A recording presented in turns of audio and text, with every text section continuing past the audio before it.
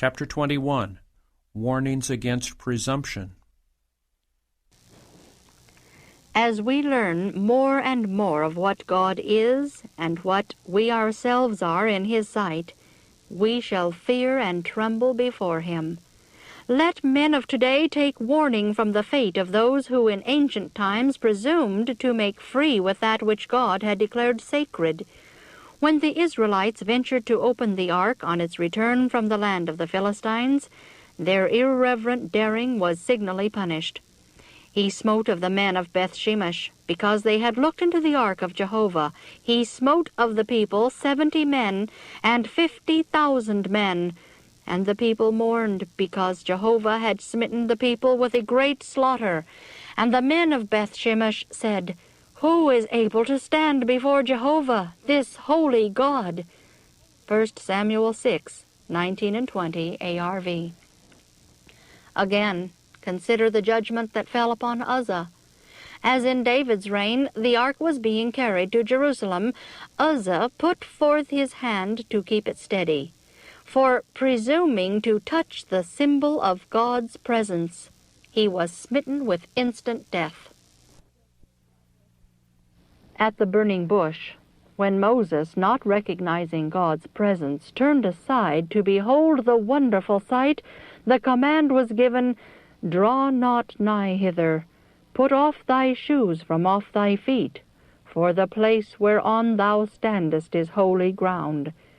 And Moses hid his face, for he was afraid to look upon God. Exodus 3, 5 and 6. And it came to pass, when Joshua was by Jericho, that he lifted up his eyes and looked, and behold, there stood a man over against him with his sword drawn in his hand. And Joshua went unto him, and said unto him, "Art thou for us, or for our adversaries?" And he said, "Nay, but as captain of the host of the Lord am I now come." And Joshua fell on his face to the earth, and did worship, and said unto him, "What saith my Lord unto his servant?"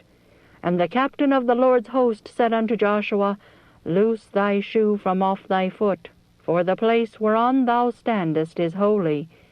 And Joshua did so. Joshua 5, 13 to 15. In the sanctuary and the temple, that were the earthly symbols of God's dwelling place, one apartment was sacred to His presence. The veil inwrought with cherubim at its entrance was not to be lifted by any hand save one. To lift that veil and intrude unbidden into the sacred mystery of the most holy place was death.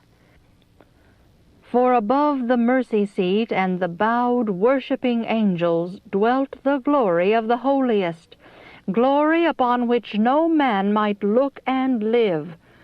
On the one day of the year appointed for ministry in the most holy place, the high priest with trembling entered God's presence, while clouds of incense veiled the glory from his sight. Throughout the courts of the temple every sound was hushed. No priests ministered at the altars. The hosts of worshippers, bowed in silent awe, sent up their petitions for God's mercy.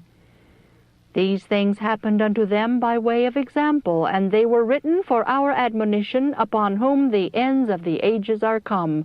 See 1 Corinthians 10, verse 11, ARV. The Lord is in His holy temple. Let all the earth keep silence before Him. Habakkuk 2:20. Jehovah reigneth, let the peoples tremble. He sitteth above the cherubim, let the earth be moved. Jehovah is great in Zion, and He is high above the peoples. Let them praise Thy great and terrible name. Holy is He. Psalms 99, verses 1 to 3, ARV. The Lord's throne is in heaven. His eyes behold, His eyelids try the children of men.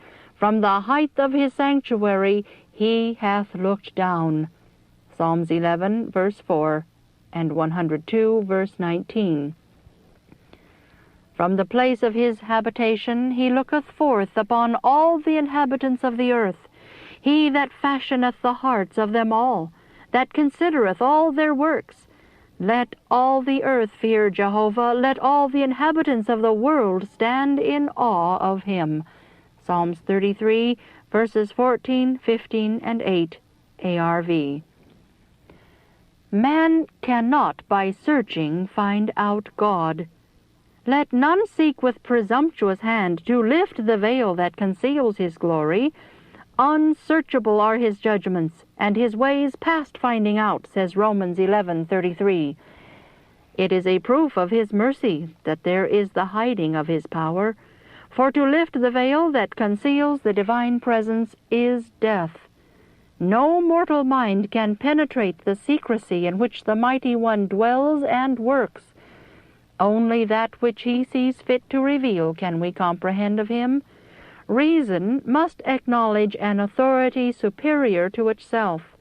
Heart and intellect must bow to the great I Am.